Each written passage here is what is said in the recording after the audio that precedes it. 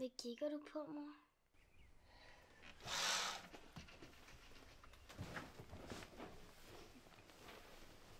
Godmorgen, Solstråle. Godmorgen.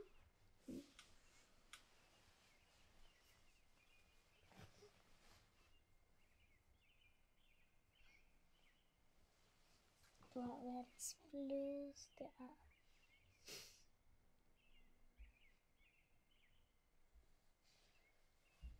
Den er så blød, at jeg får lyst til at spise den.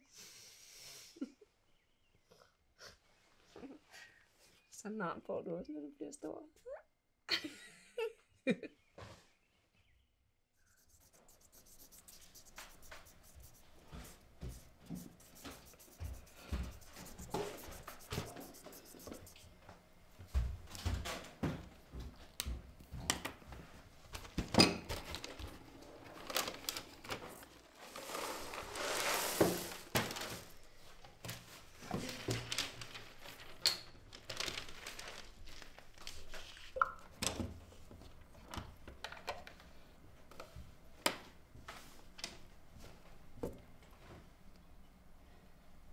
Jeg siger, det kun er pattebørn, der drikker sødmælk. Mor? Mor? Ja. Kan jeg ikke godt skifte til skummemælk over i skolen? Det kan du da sagtens.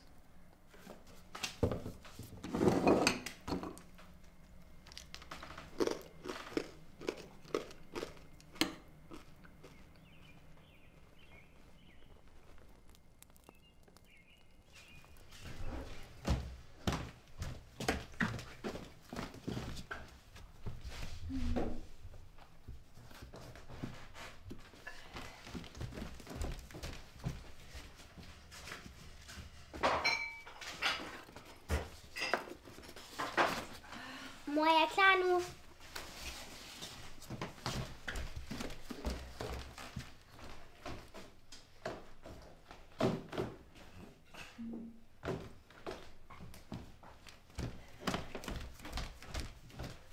Mor.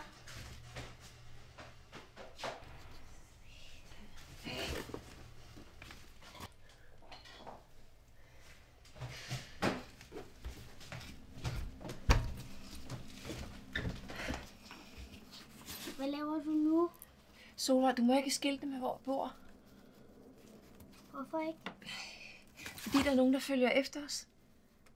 Du skal ikke tænke mere over det. Du skal bare være lidt forsigtig, ikke? Så, kom.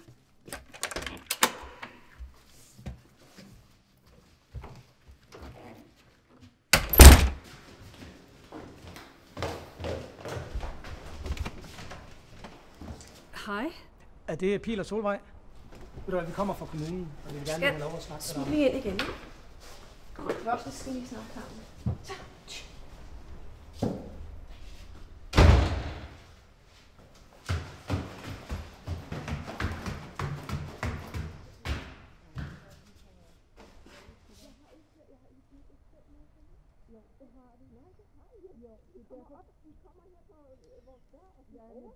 Det er fordi, du ikke har skrevet det. Solvej, hun skal i skole nu. Ja, men det skal vi nok sørge for. Det skal vi nok finde ud af. Nej, det er da mig, der finder. Jeg er hendes mor. Hej, Solvej. Hej. Mor, jeg tror, det er fint her. Men vi er jo selv inde i skolen nu. Jeg kan godt gå resten af vejen selv. Alene.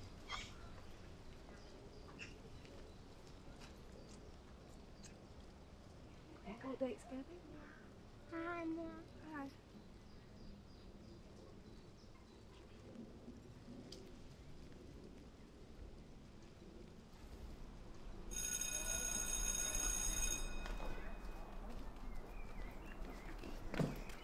Hej, mor.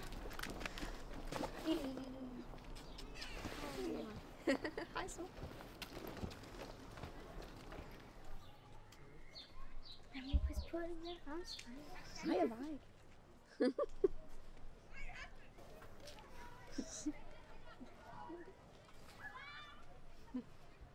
Mor, Mm. hvad er kommunen egentlig for noget? Nogen, der sørger for, at man har det godt. Hvorfor blev du så sur på dem?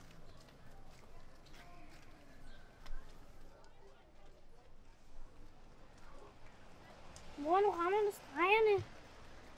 Nej, ved du hvad, jeg synes at vi skal gå over og få en rigtig lækker kanelsnegl hos bager. Ja, jeg kan. Nej, jeg kan bare sige, at... jeg kan bare sige, at du er nødt til at... Ikke? Gennem... Nej, men det er, jeg har en stor kontakt til de hjemløse nede i metroen, og de siger, de giver mig koder på russisk, tysk og fransk. Jeg kan ikke sige, hvad det er, vel? Men jeg ved bare, jeg kan sige til dig, at om 2 måneder, så kommer der til at ske noget. Og jeg ved ikke, hvornår de kommer. De kommer bare løbende, så jeg kan jo ikke fortælle, hvad det er, at der kommer til at ske. Jeg ved bare, at der kommer til at ske noget. Og det er yderst vigtigt at få lov til at snakke. Nej, Mor. du har sagt til mig, at han sidder i møde. Men ved du hvad, det har du sagt de sidste 10 gange, og jeg kan ikke ringe nogen som helst. Nej, du skal lade mig snakke med ham nu. Du lyver jo. Mor, Ved du hvad, I lyver alle sammen. Nej, shh, ikke? Det var ikke til dig, vel? Undskyld, men ja, jeg skal nok gøre det roligt, men ved du hvad? Okay, nu tager jeg det roligt.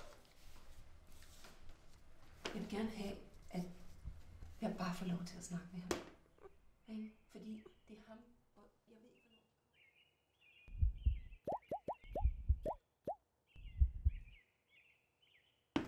Værsgo. Mor går lige hen og lægger sig.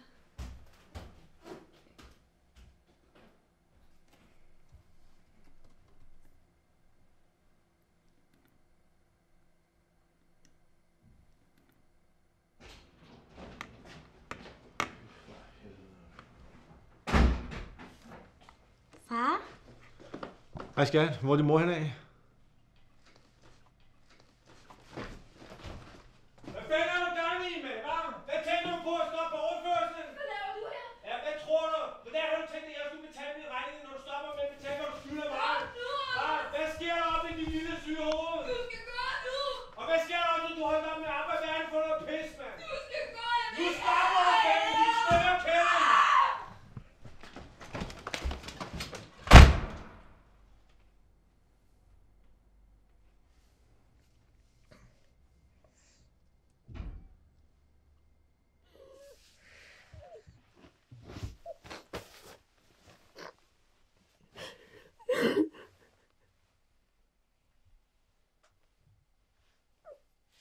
Okay.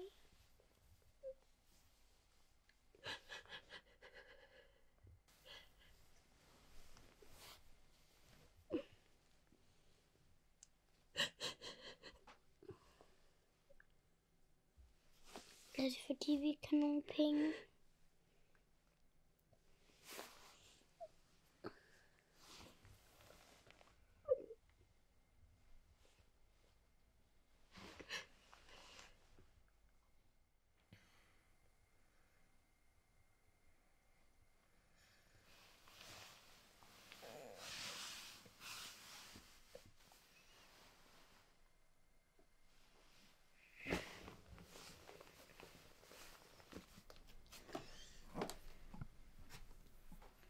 Mor, hvad laver du?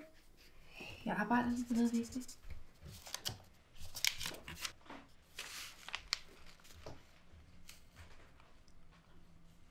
Hvor meget vil du egentlig sælge mig for? Hvad mener du dog? Altså, hvor mange penge vil du sælge mig for? Altså, du er slet ikke til salg. Hvis nu jeg var til salg, hvor meget vil du så have for mig? Ved du hvad, du er det dyrebareste, jeg har. Hvad nu, hvis du fik 300 trilliarder kroner? Så ville far jo slet ikke være sur på dig længere. Åh, min skat. Ved du hvad, sådan hænger det slet ikke sammen. Du gør mig til den rigeste person i hele verden. Så jeg ved slet ikke, hvad jeg skulle gøre uden dig. Jeg ved heller ikke, hvad jeg skulle gøre med dig.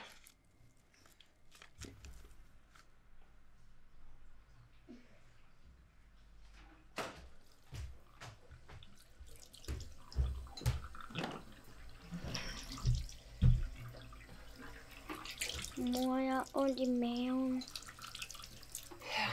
Jeg tænkte, det er ikke nok. Du kan ikke tåle mælk lige så meget. Kan jeg ikke?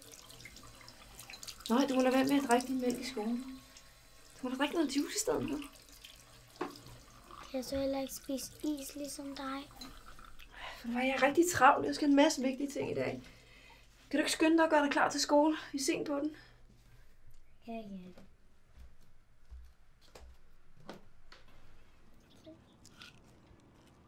Har du ikke din billepapir med? Faktisk, så har jeg ikke nogen selv. Hvorfor ikke? Samler du ikke? Jo, jeg har bare ikke fundet med min mor endnu. Men jeg har tegnet selv. Du kan lige prøve at se den. Ej, hvor er du god til at tegne. Tak. Super. Så får jeg din tegning, og så kan du få nogle af dem, som jeg har mange af. Ja, det vil jeg meget gerne.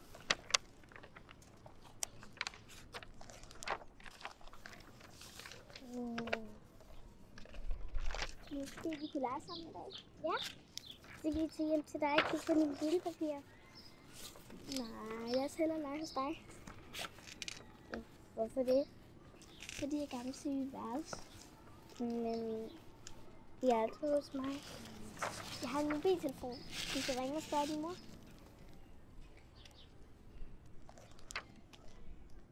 Ja.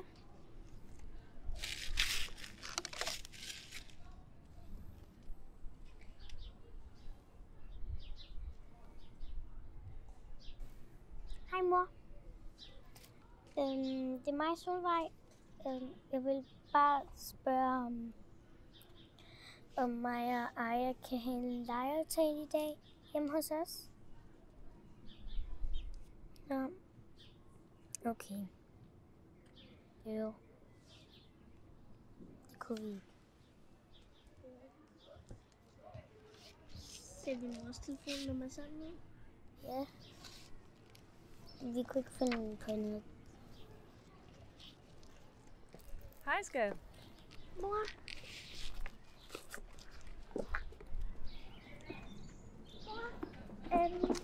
Kan mig og Solvej have en legeaftale i dag? Ikke i dag, skat. Har du helt glemt, at vi skal i Tivoli i dag med mormor og morfar? Nå ja. Men I kan lege sammen en anden dag, ikke?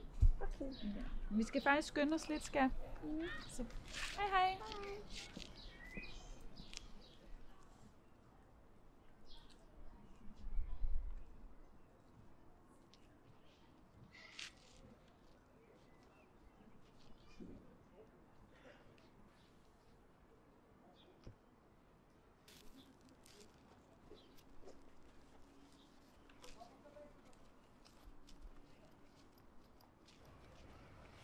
Sammen med spændende og glas af en masse andet affald. Kælder med krydsigt, men motiveligt. Han sætter ned i syvelse, og der lød en skøn musik. Det var fedt, og Mikkel gik, og så spillede han på en gammel stand, og han var en stille mand. Mor?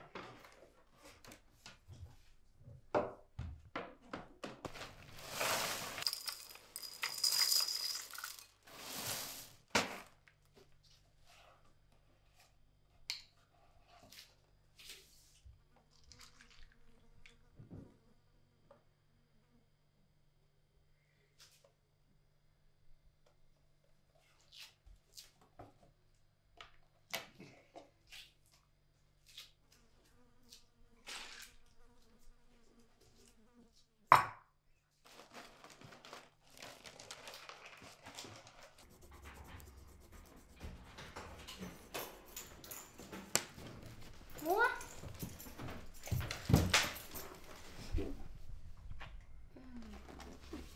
Kom og se den dans, jeg har lavet. Ved du hvad, skat? Jeg er simpelthen så træt. Jeg har ondt i ryggen. Jeg er der virkelig brug for at hvile mig lidt, ikke? Men det tager ikke så lang tid, du skal bare sidde lige der. Okay, så hurtigt, ikke? Fordi jeg er virkelig træt. Yeah.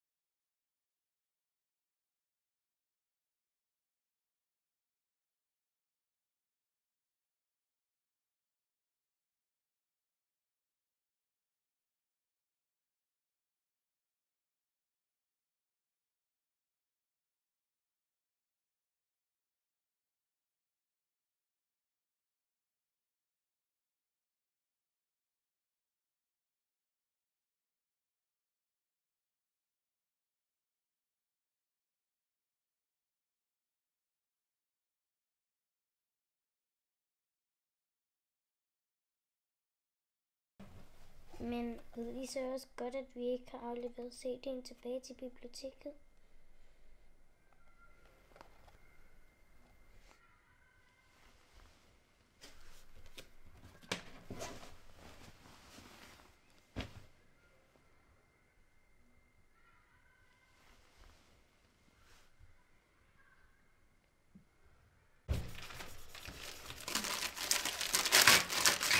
Der er ikke mere mælk.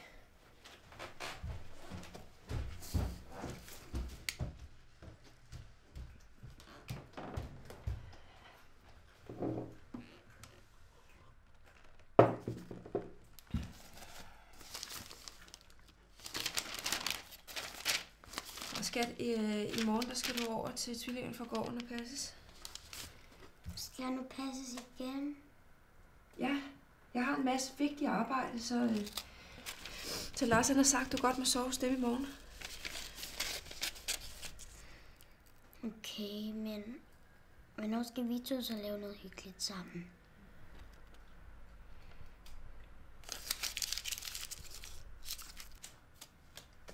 I dag der skal du ikke i skole.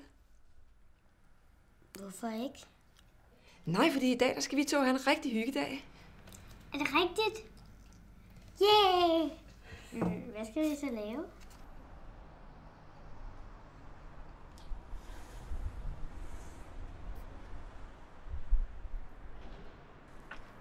Hvad siger mor?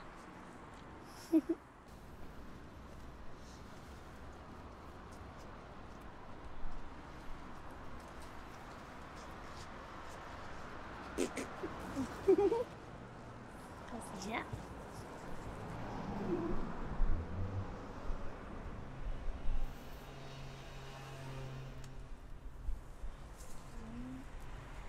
Mor! Hey, I skal ikke være her, hvis I skal købe noget. Undskyld.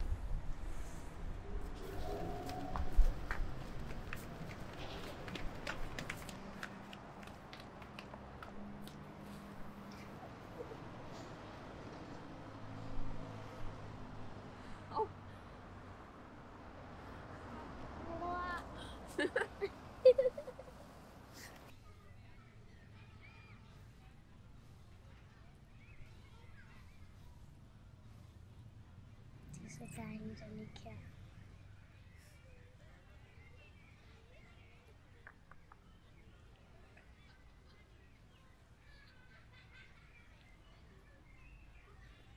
Jeg vil bare ønske, at jeg er så travlt for tiden.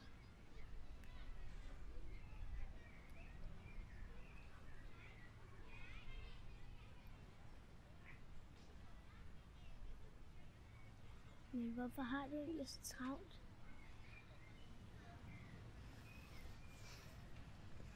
Det er fordi, jeg har noget dødsens vigtigt arbejde. Min far sagde, at du ikke arbejdede længere. Det gør jeg. Det er på noget, der er endnu vigtigere end mit normale arbejde. Lyver far så? Det er en del af planen. Han må ikke vide noget, ellers ødelægger han det, ikke?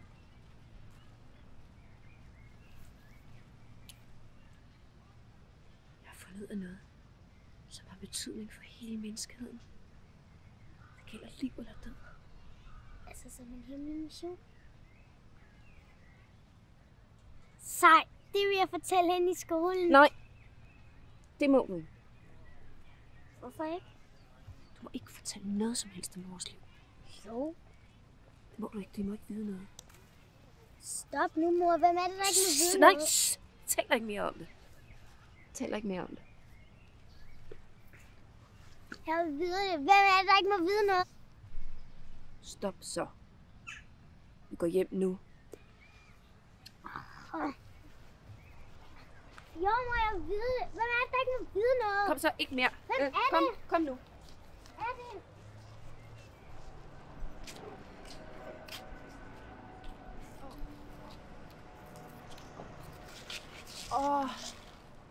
Mor har lige brug for en hvil, ikke? Nu? Kan du ikke gøre det derhjemme?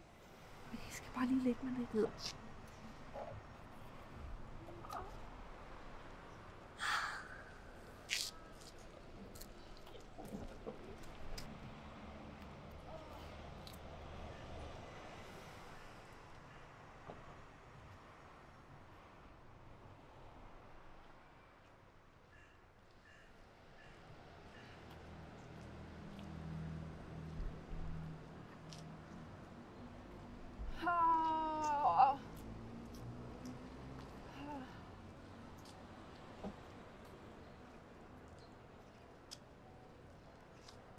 Hej, Solvej. Hej. Hvad laver I her? Vi havde bare en hyggedag. Hvorfor ligger din mor der? Nå, hun har bare lidt ondt i ryggen. Er hun okay? Ja. Hun har bare brug for at hvile en gang imellem. Hey, jeg er lige over. Hej, Pil. Hej, Mia. Ej, hør her, jeg har bare haft så mega travlt her for tiden, og så har jeg gået og tænkt på, at Sol og jeg, vi har ikke haft en sjov dag i 100 år. Og så har vi besluttet, at vi skal have en rigtig hyggedag. Og så har vi købt en masse frugt. Vi har bare været nede hos de bedste grønhandlere i hele byen. De får simpelthen grøntsager og frugt direkte fra de steder, hvor de bliver dyrket hver dag, ikke? Det er fuldstændig som at være nede i syden. Sol og jeg, vi elsker bare frugt, og grønt gør vi ikke også, skat? Så har jeg planlagt, ikke? At vi går over i parken, og der lægger vi os fuldstændig direkte der, hvor dronningen plejer at ligge. Så lægger vi os ned, og Solvej, du har jo også brug for at hvile dine små ben, ikke? Fordi vi er også lige på vej ud at købe ind. Så hej Solvej. Er det jo hyggeligt at møde jer? Du sagde ikke noget til dem, vel? Jeg kan ikke stole på nogen. Kom.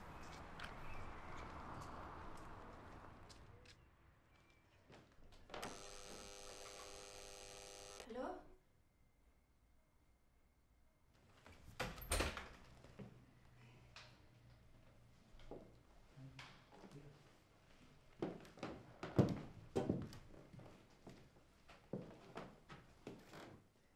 Hej Solvej, jeg hedder Yvonne. Ved du hvorfor vi er kommet her i dag? Det er fordi din mor ikke har det så godt for tiden. Hun er nemlig blevet det man kalder psykisk syg. Ved du hvad det er? Det betyder at hendes hjerne forvirrer hende nogle gange, at hun hører og ser ting som faktisk slet ikke sker.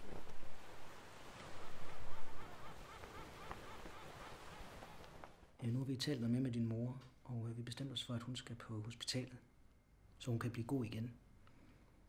Og mens hun er der, så skal du på noget, der hedder et børnehjem.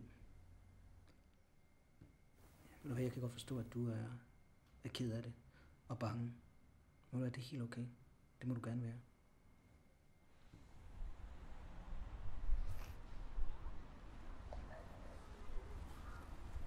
Ja, min skat. Det er bare fordi, jeg har så ondt i ryggen for tiden, at jeg ikke kan passe på mit arbejde og på dig. Jeg har brug for noget ro og noget behandling, ikke? Det er bare indtil jeg får det godt med ryggen igen. Ja, jeg ved godt, det er bare ryggen. Men børnehjem. Vi er snart sammen igen. Prøv at tænke på, hvor mange nye venner du får. Jeg vil ikke have nye venner, jeg vil have dig.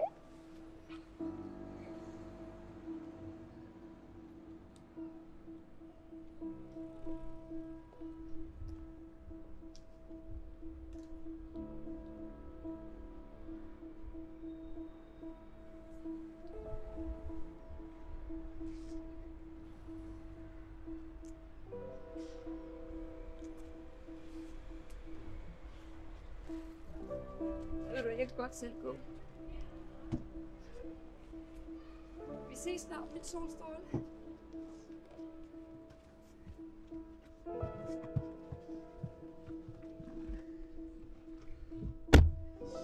Kan du lige løfte armene, så vi kan spænde sig?